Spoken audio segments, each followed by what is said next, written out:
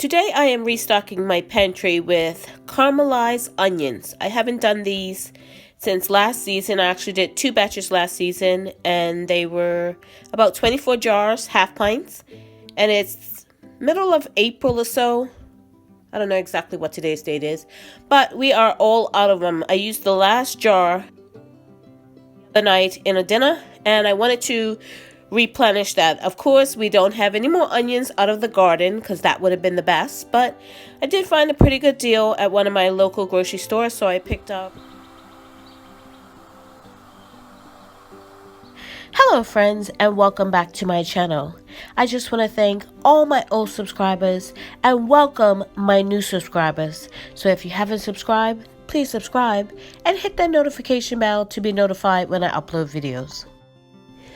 So this evening I'm going to be caramelizing some onions. So in my slow cooker I have about 10 pounds of onions with a stick of butter. Now I will be doing this overnight, so I'm going to set my slow cooker to low and I'm just going to let it cook all night long. For the first half an hour, I want to stir it, make sure all that butter's melted and the onions are coated.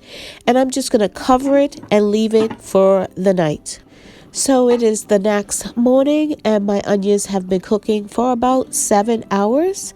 And I'm going to let them continue cook for another hour or so while I get my jars ready. I have my jars in the oven sterilizing. And I've got a case in there. I'm going to... It's been almost 8 hours. I've turned it down to keep warm. You can't really see that. But what I'm going to add in now is some Worcestershire sauce and some minced garlic. So about half a cup of the Worcestershire sauce and probably about a tablespoon of the minced garlic. So I'm just going to pour that right on in. And while my jars are sanitizing in my oven, I'm going to let that cook a little bit down so those flavors get melted into the onions and they smell wonderful. And they've been simmering on low for just about 8 hours, and now I turned it down to keep warm for the time it takes me to sterilize my jars, get my onions into my jars, and can them in the pressure canner. So that's what I'm going to be doing next. I am ready to start filling my jars. I want a bit of this liquid in each jar. It's all the liquid I'm going to put in my jars. I'm not going to put any more. And I've already started, and you want to do an inch headspace. So an inch headspace with a little bit of liquid in it, and I'm going to get these filled up. Wipe my rims off with I have some vinegar here, and I'm going to then put them in my warm canner. Everything is warm. My liquid's warm, my jars are warm, my canner is warm. Once you have your contents in your jars, you want to make sure you come out and debubble. I'm using the back of a silicone spoon, and you want to try and not use anything metal at this point in your jars. You can easily chip your jars or damage them in some way. I've seen it happen, but just use something non-metal.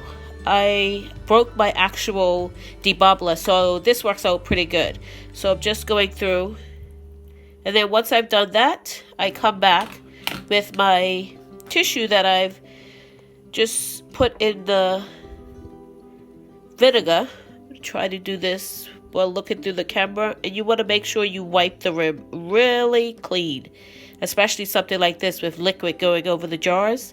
You want to make sure you wipe them really, really clean. Okay, so now that I've got my first couple of ones done, I'm going to take my lid lifter. This is the handy dandy magnetic tool. You can use tongs or whatever. And then I'm just going to put it down. You want to not touch the underside of your lids. I'm going to put every single one on. And then I'm going to put my rings on fingertip tight. Let's see if I can get this one-handed.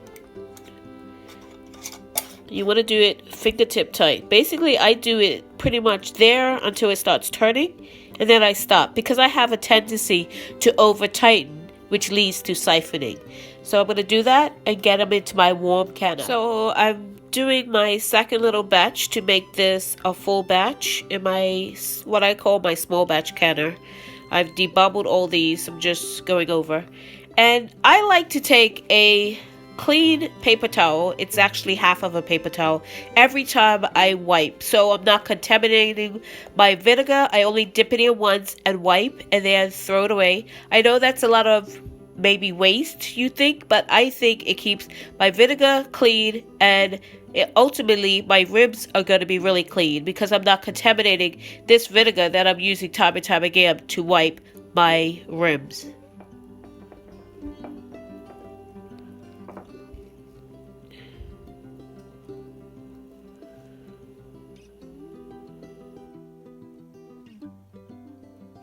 But you get the gist. And then I turn it over actually and wipe again. And then I'll rotate. So every jar gets a new piece of this paper towel that I then throw away and get a new piece for the next little bit. My canner takes 7, so this is actually the second one. And it will be full because I like to run a full canner all the time, if at all possible. And I make it possible because I'll can something else that runs for the same time, like beans. Last jar, and into the canner it goes. Snug it down there. The last one's always the hardest. There it goes. Okay, so my canner is full. It fits 7 half pints. That's what I'm canning right now, half pints. And I'm gonna get it on for the 70-minute processing time. Canner is completely full. I'm going to put on my top. Oops. Make sure my valve is in the correct position. And then I'm going to set my timer for 70 minutes. And pretty much the pressure cooker does everything else. I leave it alone. It's like set it and forget it. You remember those infomercials late at night? Or was I the only one that was up that time of night? But yeah, set it and forget it. Well, not really forget it, but set it and it does everything for itself. I have 7 half pints in the canner now. And this is probably, I could probably get another 7 half pints. So I'll probably have 2 batches. And what I'll do is I'm going to turn this off and cover it while that's processing. And then just before it's ready to come out of the canner, I'm going to turn this back on to sort of keep warm low, so it stays warm, or is sort of warm when I go to put my second batch in the canner. I might even just keep it on keep warm because there's a bit of liquid in the bottom, but I don't want that to evaporate out. So I'll probably just keep it off and then turn it on to warm it up when I'm ready to do my second batch. Canner has come down off of pressure. It is ready to be open. I usually just offset the top for about 5 minutes or so before I actually get into it. But it's been so long, there's no steam. As you can see, there's no steam or anything coming out of this. It's fully ready to come off.